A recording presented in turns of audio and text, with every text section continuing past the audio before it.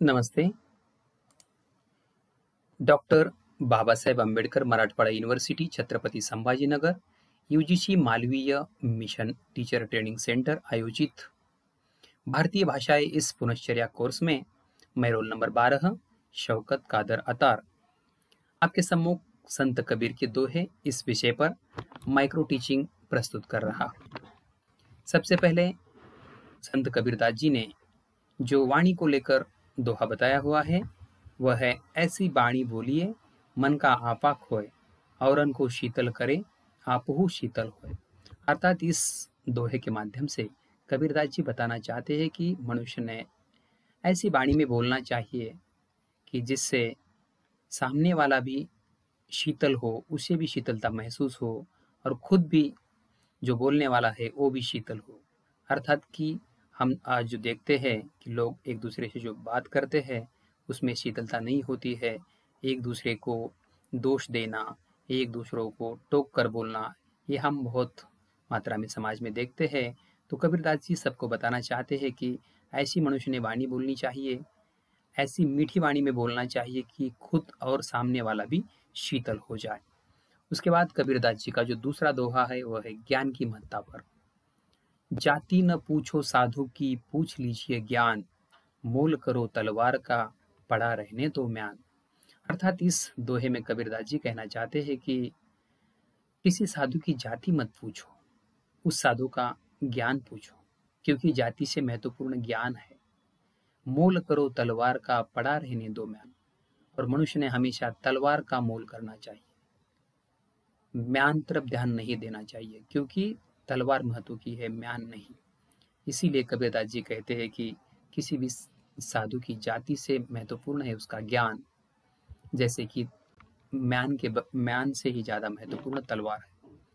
अगला जो दोहा है कबीरदास जी का वो अंतर्मुख करने वाला है, मनुष्य ने अंतर्मुख होने की प्रेरणा देने वाला है।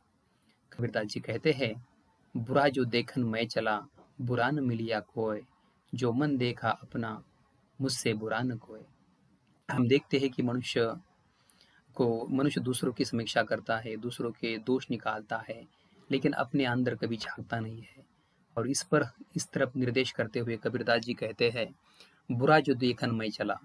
अर्थात जब हम बुरा समाज में कहाँ पर ये देखने चले जाते हैं तो कबीरदास जी कहते हैं कि बुरा जो देखन मैं चला, बुरा न मिलिया कोय, जो मन देखा अपना। और मैंने मेरे मन में झांक कर देखा, मुझसे ये बुरा न कोय।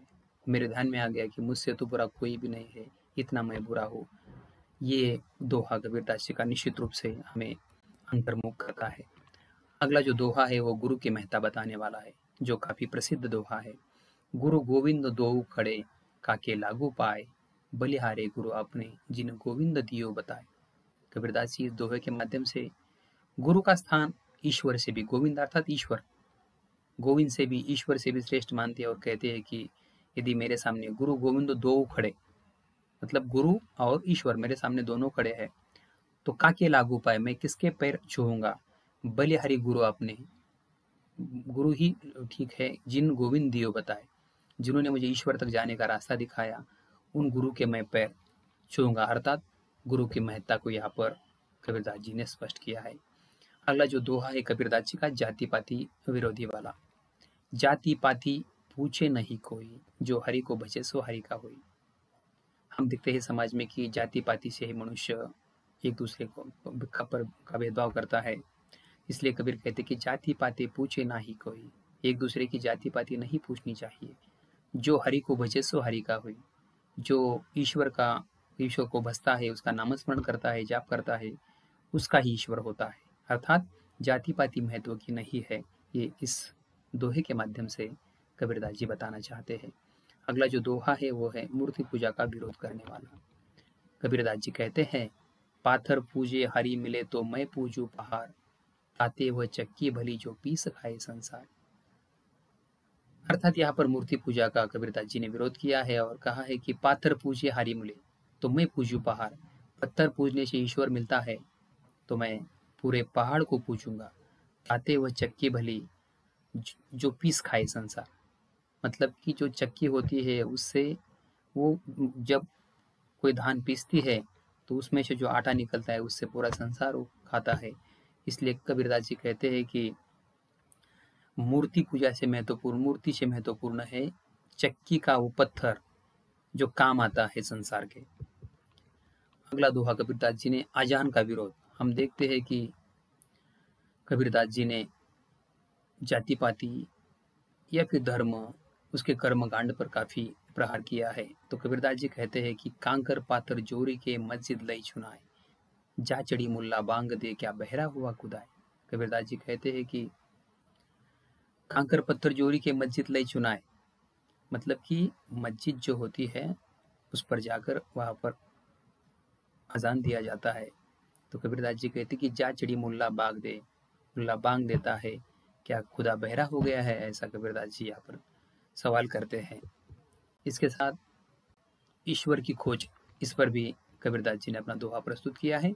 कस्तूरी कुंडली बसे मृग ढूंढे बन माही, ऐसे घटघट राम है दुनिया जानत नाही। मतलब जिस प्रकार से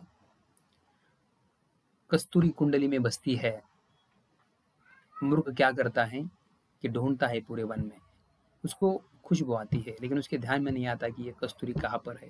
कस्तूरी तो उसके नाभि में छुपी हुई है। ऐसे घट घट में राम है दुनिया जानत नहीं, ऐसे इस संसार के, इस भौतिक दुनिया के घट घट में राम है, सिर्फ दुनिया जानती नहीं है, ऐसा कबीरदास जी कहते हैं।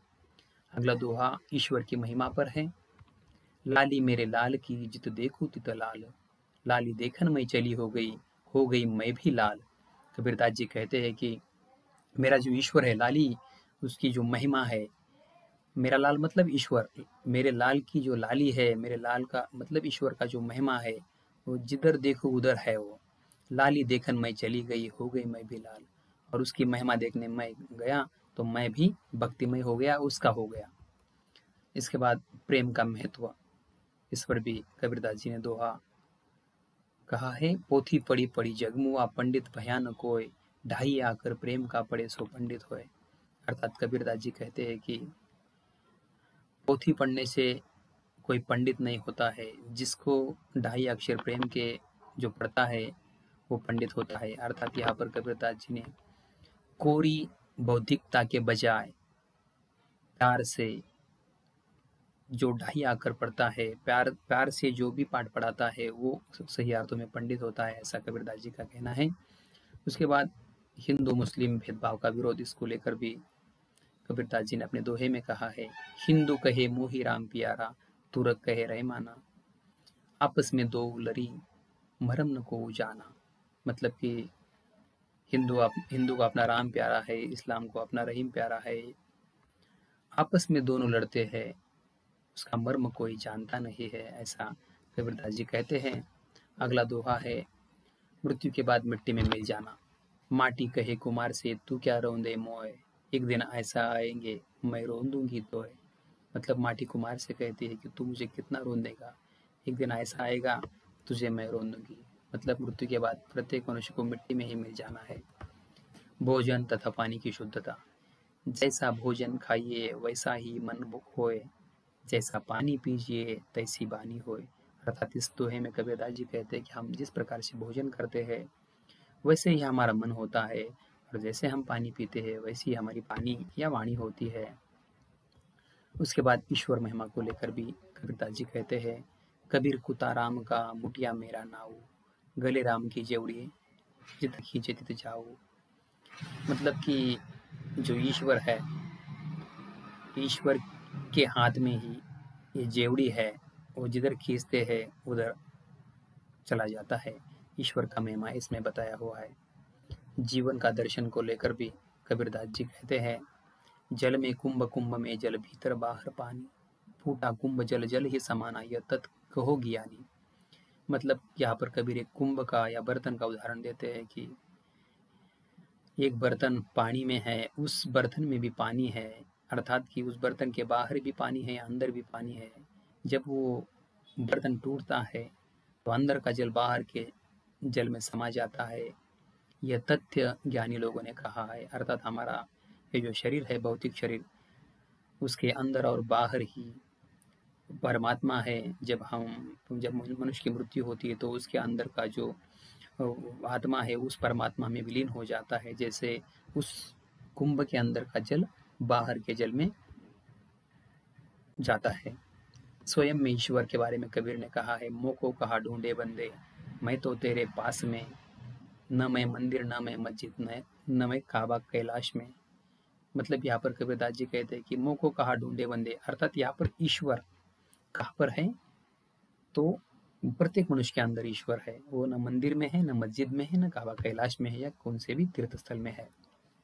उसके बाद कबीरदास जी की जो प्रासंगिकता है वो हम देखने वाले हैं कि वर्तमान के जो हालात है वो हम देखते हैं कि विभिन्न धर्मांधता की बात हो, राजनीतिक माहौल हो या अन्य सामाजिक माहौल हो, इसमें ये कबीरदास जी के दोहे निश्चित रूप से प्रासंगिक है।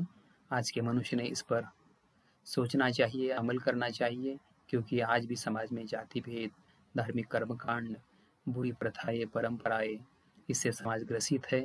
जितना जितना सभ्यता का विकास हो रहा है, दूसरी तरफ मनुष्य कुछ अंधश्रद्धाओं को लेकर भी उसके उस अंधश्रद्धा के कारण ही मनुष्य की हालत दयनीय हो चुकी है। तो कबीरदास जी के विचार निश्चित रूप से बहुत ही प्रासंगिक ऐसे लगते हैं। अनेक शोधकर्ताओं ने हिंदी, मराठी, अंग्रेजी में कबीरदास जी के दोहों को लेकर शोध किया है। 60 से भी अधिक थीसिस शोधगंगा.com पर उपलब्ध है। अनेक आलोचनात्मक किताबें उन पर छपी हुई है। विभिन्न राष्ट्रीय अंतर्राष्ट्रीय संगोष्ठियों का आयोजन भी अब तक संत कबीरदास जी पर हुआ है। इसमें से हमारे ध्यान में आता है कि कबीरदास जी की जो महिमा है, उनका जो काव्य है, उनकी जो वाणी है, निश्चित रूप से हमारे लिए अनमोल धरोहर है। इसके साथ साथ देखो, कबीर एक समाज सुधारक के रूप में भी बहुत प्रसिद्ध थे। उनके समय का जो समाज था बहुत दयनीय स्थिति में था। उस समय उन्होंने ये सब बातें रखी है। एक कवि के रूप में भी कबीरदास जी का अपना अलग योगदान है। एक दार्शनिक के रूप में भी उन्होंने जो बातें कही है, निश्चित रूप से हमें सत्य के रास्ते पर चलने की प्रेरणा देती है। वो संत के रूप में भी प्रसिद्ध है। इसके साथ साथ उनका जो व्यक्तित्व था वो काफ़ी मस्त मौला था। और महत्वपूर्ण कि हिंदी साहित्य में जो भक्ति काल आता है उसमें ज्ञानाशीर शाखा के वे प्रवर्तक के रूप में है। एक भक्त के रूप में भी वो प्रसिद्ध है। इसके साथ साथ देखो कि ये जो नेट पर तस्वीरें मिलती है, जैसे कि आज वाराणसी में ये कबीरदास जी का मठ है, उसका ये चित्र आपके सम्मुख है। कबीरदास जी का घर जो हम देखते हैं कोने में, कबीरदास जी का घर यहाँ पर इस स्क्रीन पर दिखाई देता है। और बाएं कोने में प्राचीन मंदिर श्री सदगुरु कबीर प्राकट्य स्थली लहरतारा अर्थात वाराणसी में का ये है। उसके साथ साथ ये कुछ तस्वीरें नेट पर से मैंने संग्रहित की है, और ये भी तस्वीर जो हम देखते हैं वो भी नेट पर ही मैंने डाउनलोड की है। तो इसी के साथ ये मैं अपनी बात को विराम देता हूँ। बहुत बहुत धन्यवाद।